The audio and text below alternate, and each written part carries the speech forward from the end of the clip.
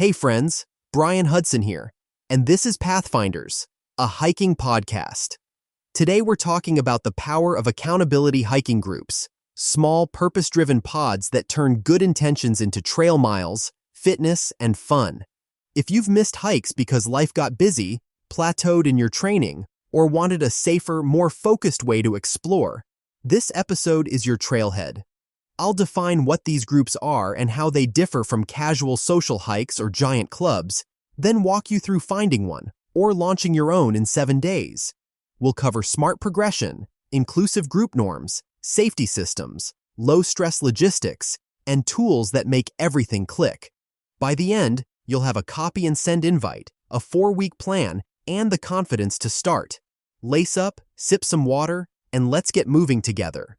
This is practical, friendly, and ready now.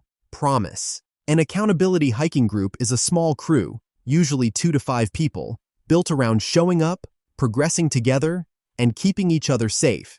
It's tighter than a casual social hike, where plans drift and fitness varies, and more personal than a big club, where pacing can splinter and you might feel anonymous.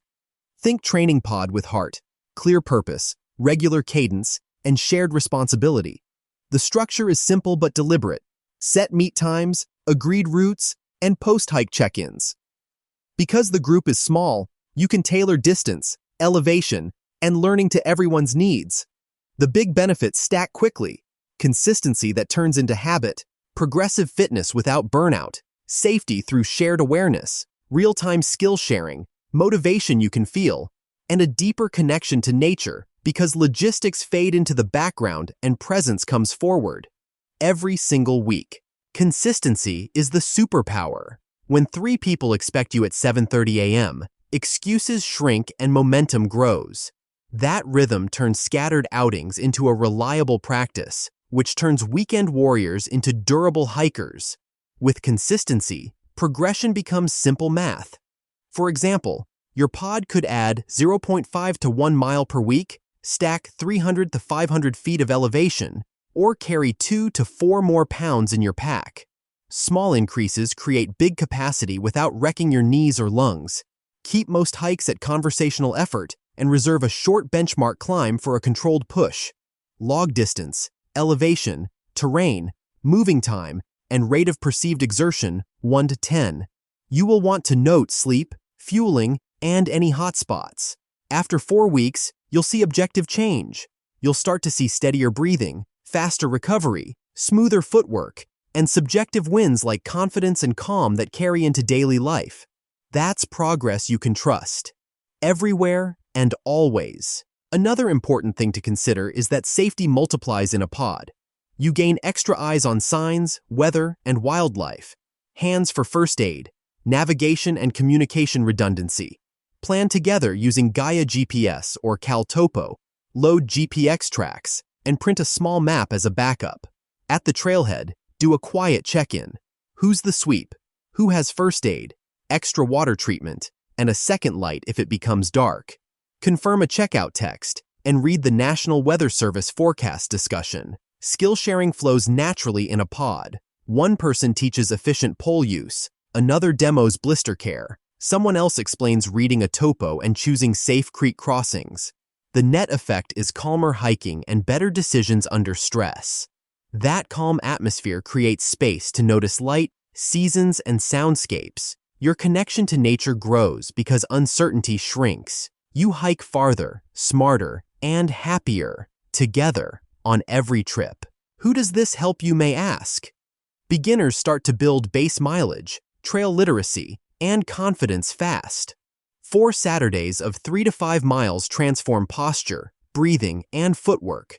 Experienced hikers training for distance, elevation, or technical goals use pods to target climbs, descents, fueling, and navigation with partners who understand the plan. Formats are flexible. Micropods of 2 to 5 people offer the strongest accountability and easy scheduling. Local meetups add variety and new routes. Workplace or neighborhood groups solve commuting friction and make midweek hikes realistic. Family groups build intergenerational habits on friendly terrain. Virtual or hybrid pods connect friends across cities, They can share all trails links, Strava segments, and GPX proof during the week, then meet monthly in person. Choose the format that fits your life so the habit survives busy seasons. That's how progress becomes weatherproof year-round. To find a group, start locally and digital. On Meetup and Facebook groups, search your city plus hiking, trail running, or outdoors. Scan recent posts to confirm active events and the experience level that fits you. Join a regional Strava club and watch for group efforts. You can message athletes whose routes match your goals. On all trails, you can explore curated lists and recent reviews, then reach out to hikers frequenting your target trails. Visit trail associations, outdoor retailers, and park volunteer programs. Many host free hikes or stewardship days that double as networking. Ask rangers about current conditions and popular training loops. Finally, tap your own circles like coworkers, neighbors, gym friends, building forums, or parenting boards. Your aim is to start small and find 3 to 6 dependable people who can commit to a regular hiking window. You can always expand later. You can launch your own pod in 7 days. Day 1. Define a clear purpose, like build consistency and reach 10 weekly miles by week 4. Day 2. Recruit 3 to 6 people who can commit to the same window. Day 3. Set simple norms and roles. Pick a coordinator and safety lead. Day 4. Choose tools, WhatsApp or Signal for messaging, a Google Sheet for roster, routes, RPE, and emergency contacts. Day 5. Plan 4 weeks of hikes with all trails or Strava links, distance, elevation, water sources, regroup points, and a Plan B route. Day 6. Share a minimal gear list like footwear, layers, water, snacks, headlamp, small first aid, map, dart GPX, sun and bug protection. Day 7. Do the first hike, take one group photo, log data, and debrief 10 minutes on what to tweak for next week. Make it light and fun. Agree on written norms so everyone knows the plan. For example, number 1. Come up with a purpose like consistent fitness, skill growth, and enjoyment of nature. Number 2. Cadence. For example, weekly or bi-weekly, and set start and finish windows. Number 3. Weather cancellation plans. For example, go unless lightning, red flag smoke, icy roads, or dangerous heat. Decide by 6 p.m. prior. Number 4. Punctuality. 5-minute grace, then start. Number 5. No drop and ability-based pacing.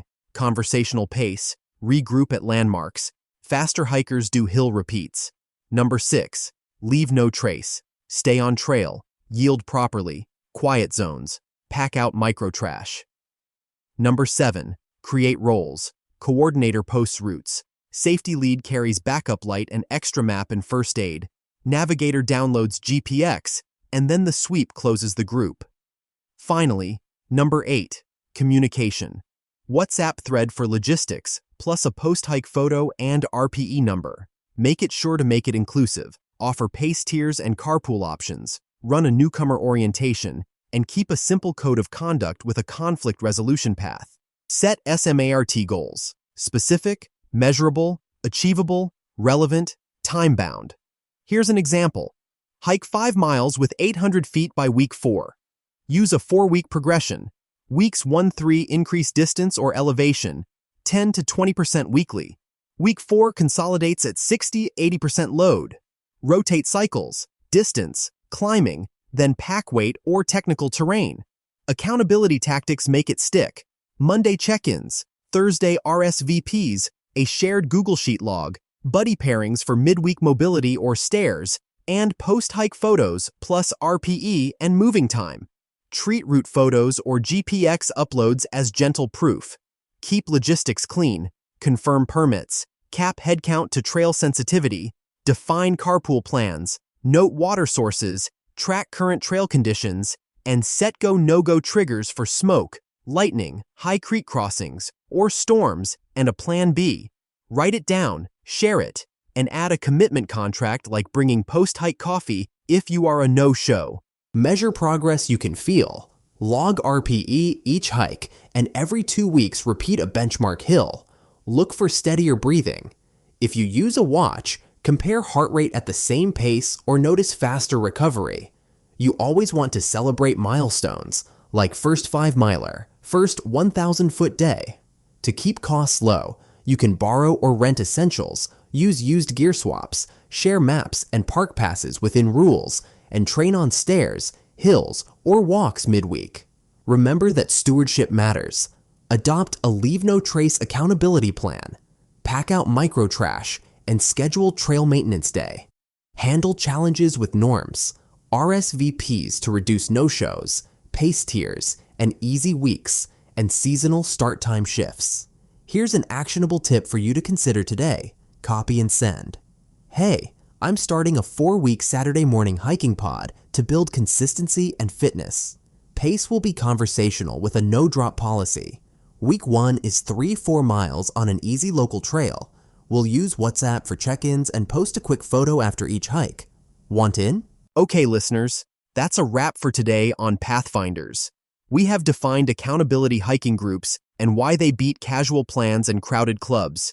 We talked about consistency, fitness, safer systems, shared skills, and more joy outside. You learned where to find a crew, how to launch a pod in 7 days, the norms that keep it inclusive and smooth, and a simple 4-week progression with accountability tactics. We also discussed safety essentials, logistics, budget-friendly ideas, stewardship, and how to handle challenges and seasons. Your next step is simple. Send the invite, schedule 4 Saturdays, and let the habit build capacity, confidence, and connection to nature. If you enjoyed our discussion today, please share with your friends, family, and colleagues. I'm Brian Hudson. Thanks for tuning in. Until next time, keep your pace conversational and eyes on the horizon.